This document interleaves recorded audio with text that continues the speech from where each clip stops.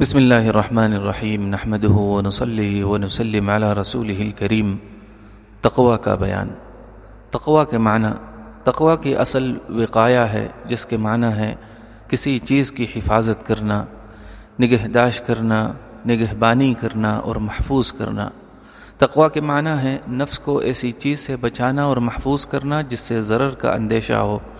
شریعت کی اصطلاح میں ان چیزوں سے اپنے آپ کو بچانا اور محفوظ رکھنا جو انجام اور آخرت کے لحاظ سے مضر اور نقصان دہ ہوں، تقوی کہلاتا ہے۔ بالفاظ دیگر گناہ سے اور اس کے برے نتائج سے اور اللہ تعالیٰ کی غضب و ناراضگی سے بچتے رہنا، یا یوں کہیے کہ اللہ تعالیٰ کے خوف و عظمت کی وجہ سے ہر گناہ سے بچنے اور اللہ تعالیٰ اور اس کے رسول صلی اللہ علیہ وسلم کی پوری فرما برداری کرنے کو تقوی کہا جاتا ہے۔ تقوی کے اجزاء۔ مذکورہ بالا تعریف میں غور کریں تو تقوی کے 4 اجزاء بنتے ہیں، یعنی تقوی 4 چیزوں سے وجود میں آتا ہے۔ 1، اللہ تعالیٰ کا خوف اور اس کی عظمت کا احساس۔ 2، اللہ تعالیٰ کے ساتھ حسن ظن، اچھا گمان رکھنا۔ 3، اخلاص۔ 4، اللہ تعالیٰ اور اس کے رسول صلی اللہ علیہ وسلم کی اطاعت کرنا اور ان کی نافرمانی سے بچتے رہنا۔ تقوی کی اس تعریف سے معلوم ہوا کہ تقوی درست ایمان کا پھل اور نتیجہ ہوتا ہے۔ انسان کا ایمان و یقین جس قدر مضبوط اور راسخ ہوگا، اس قدر وہ متقی، باکردار اور نیک سیرت ہوگا۔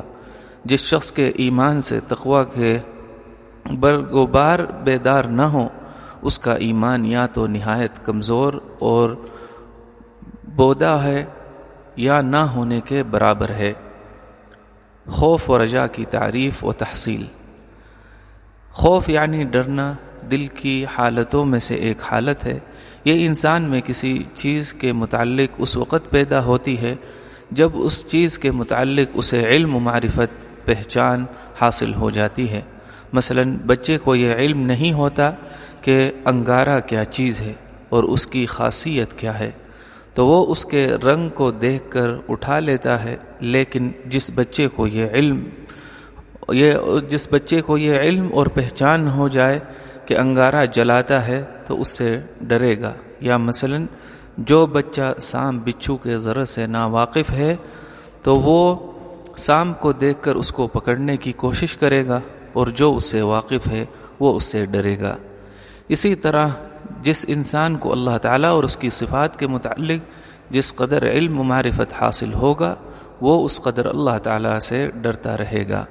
لیکن یہ خوف سانپ بچھو کے خوف کی طرح نہیں جو اپنے اندر سانپ بچھو کی نفرت لیے ہوئے ہے، بلکہ یہ ایسا خوف ہے جو اللہ تعالیٰ کی صفت جلال، قہاریت، جباریت، صفت عدل، دیگر صفات کمال اور اس کے ساتھ شدید محبت کی وجہ سے پیدا ہوتا ہے۔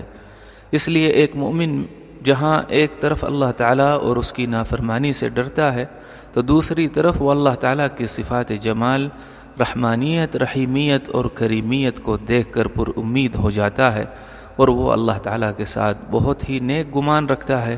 اسی امید کو رجا یعنی اچھی امید کہتے ہیں۔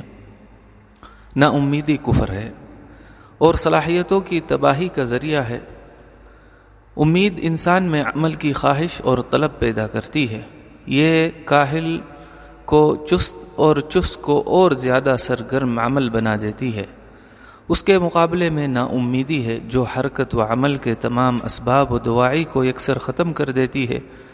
نا امیدی کا عنصر سب سے زیادہ کفار و مشرکین میں پایا جاتا ہے، اس کے بعد ان لوگوں میں جن کا ایمان بہت کمزور ہوتا ہے۔ اس کی وجہ یہ ہے کہ ایسے لوگوں کی نظر مادی وسائل و اسباب پر ہی ہوتی ہے، اور جب مادی اسباب و وسائل سے اپنے آپ کو عاجز پاتے ہیں تو نا امید ہو جاتے ہیں۔ پکے مومن کی رجا اور امید کی کوئی حد نہیں ہوتی۔ وہ کفار، مشرکین اور باطل کے خلاف لڑتا ہے، ظاہری اسباب کم یا نہ ہونے کے باوجود اللہ تعالیٰ سے فتح و کامرانی کی امید باندھے رکھتا ہے۔ اگر اس پر تنگی اور مشکل کے اوقات آ جاتے ہیں تو بھی اللہ تعالیٰ سے لو لگا کر مطمئن رہتا ہے کہ اللہ تعالیٰ تنگی و پریشانی کے ان اوقات کو ختم کر دے گا۔ اگر کبھی اس سے گناہ سرزد ہو جاتا ہے تو اللہ تعالیٰ کی رحمت سے مایوس نہیں ہوتا، بلکہ اللہ تعالیٰ سے گناہ کی معافی مانگ لیتا ہے اور اسی کی طرف رجوع کرتا ہے۔ غرض اسباب و وسائل کو استعمال میں لا کر بھی مومن بندہ کی نظر اللہ تعالیٰ پر ہوتی ہے، اس لیے وہ اسباب و وسائل سے محروم ہو کر بھی اللہ تعالیٰ سے مایوس نہیں ہوتا۔ اس کے برعکس کافر یا کمزور ایمان والا جب اسباب و وسائل کو اپنے ارد گرد نہیں پاتا تو وہ مایوسی کا شکار ہو جاتا ہے اور اس کا عمل و حرکت رک جاتا ہے۔ بلا شبہ اللہ تعالیٰ سے نا امیدی انسان کی اعلیٰ صلاحیتوں کو تباہ کر ڈالتی ہیں، اور اللہ تعالیٰ پر بھروسہ انسان کی اندرونی صلاحیتوں کو زندگی اور قوت بخشتا ہے۔ جو اللہ تعالیٰ سے اس کی عظیم و لامحدود قدرت اور اس کی بے انتہا رحمت کے باوجود مایوس اور نا امید ہو، وہ مومن کیسے ہو سکتا ہے؟ اس لیے قرآن مجید میں ارشاد ہے، انہ لا یأس من روح اللہ الا القوم الکافرون۔ اللہ تعالیٰ کی رحمت سے صرف کافر لوگ ہی مایوس اور نا امید ہوتے ہیں۔ سورہ یوسف۔ یہ بھی یاد رکھے کہ مسلمان کا خوف بھی رجا کی طرح اللہ تعالیٰ کی محبت اپنے اندر لیے ہوئے ہوتا ہے، بلکہ اس کے خوف کا منشا و محرک بھی محبوب حقیقی کی ناراضگی کا احساس ہوتا ہے۔ سبحانک اللہم و بحمدک، اشہد ان لا الہ الا انت، استغفرک و اتوب الیک۔